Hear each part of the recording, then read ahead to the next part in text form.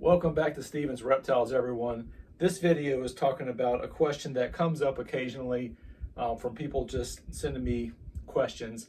It's about what is my preferred method for thawing frozen rodents to feed to my snakes. There are many different ways to do it. I've done, I don't know how many over the years that I've been keeping reptiles. One of the more common ones is to take a container and just fill it with warm water or slightly hot water and put a Ziploc bag or the rodent directly in there. But then you have to take a temperature gun or a thermometer, stick it in the water. You want to make sure you're not actually cooking the rodent in there. And my experience is 99% of the time, no matter how thick a bag you use or what kind of bag, it always winds up letting water in the bag. So then you get a completely soaked rodent. And if you have experienced that, it's definitely a unique smell.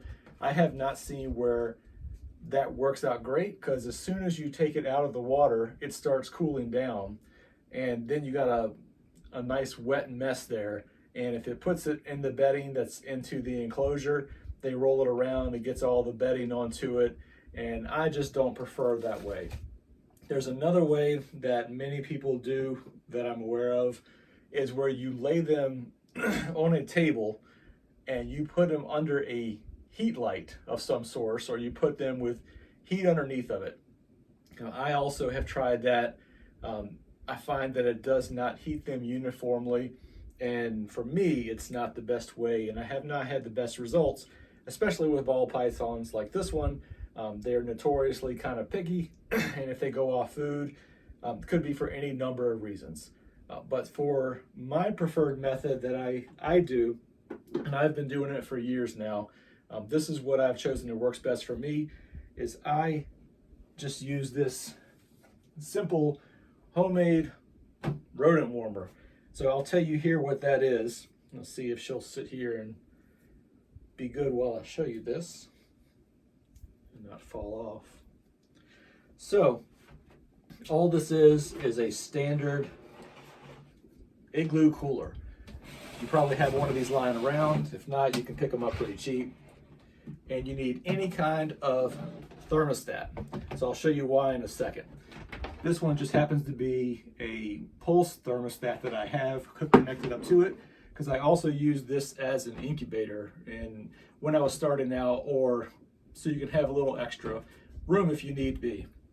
So all this is the incubator, is the cooler. Anything can actually work. And inside is simply, let's see if I can carry the camera over. Inside the cooler, all that's there is 6-inch wide heat tape, and it needs to be retaped in there. But this has been in use for 3 or 4 years. And if you're doing it for a rodent warmer only, you don't even have to have these bottles in here. I have these bottles in here because when you're using it as an incubator, if the power were to go out, this will slow down the cooling of the incubator. But for right now, just talking about the rodent warmer side, you can take these out for extra space. And then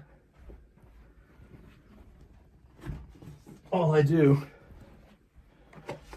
is sit the rodents directly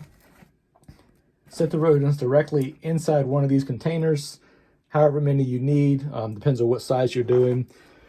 I put it on a paper towel just to collect any kind of blood that might be thawing out and draining. I put this lid on and I just stick the probe directly in there with the rodent. That way I make sure when I'm looking at the thermostat that it's giving me an accurate reading. So before I close this up and talk more about using it, it's very straightforward. You just have a cooler, 6-inch wide heat tape, a thermostat connected to it with the probe here. And if you're using it for an incubator, I have the water bottles. If it's just for the rodent warmer, you can take the water bottles out and just be straight on the bottom. So when you have this in use, for the purpose of showing you here, I can just have this sitting on top of here, but normally it's sitting beside it. And you can set the temperature to whatever you want it to be. So for me, I personally set it to 101 degrees, but there's a little variation there you want to make sure you're not putting really large rats or rabbits or something really big in there at the same time with something small like mice or pinkies. Because what'll happen is the larger animals will still say it's cold in there, and then the smaller animals, it'll start to cook them.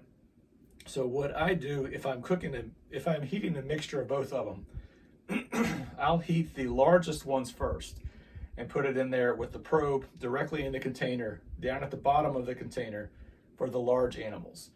And I'll have these smaller ones, the mice and the pinkies, sitting out in another container on the table, just at room temperature, because they'll thaw it a lot faster.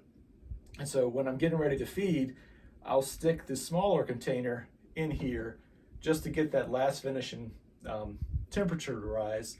But I usually have them around 101 degrees when I take them out to feed them. And I have found this to be what works best for me. I really do not like the soggy, wet rodents when you pull them out of the bucket or the container, or you have people thawing them in their sink in a Ziploc bag. It can just be not appealing. Hopefully this helps you see what to do. This is a very easy build. It actually has two functions, so if you need an extra incubator or you're a first-time person wanting to try to hatch some eggs, you got this right here. Otherwise, you can still use it year-round as a rodent warmer. And if you have any questions, I'd love to see them in the comments. So hopefully this video helps you out. Think of another way to possibly try to thaw your rodents.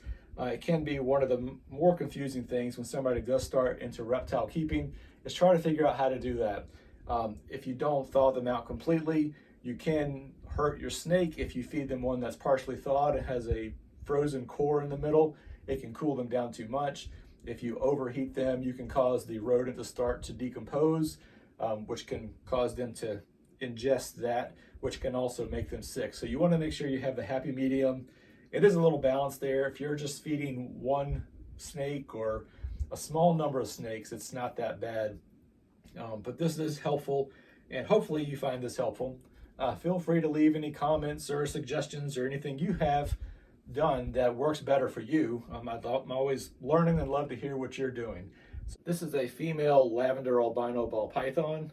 She's about 2 to 2.5 years old now, so she's still too young to breed. Hopefully in another couple of years she'll be large enough. She's still got quite a bit of growing to do, and she is one of the ones that at times has been a little picky, but every time I use this method, she has taken it without hesitation. When I have tried her with the warmed, soggy rodents, she would just flat out refuse them, and even if they were just thawed to room temperature. So that's what made me think of doing this for everybody, and hopefully this has helped out. I'll see you on the next video.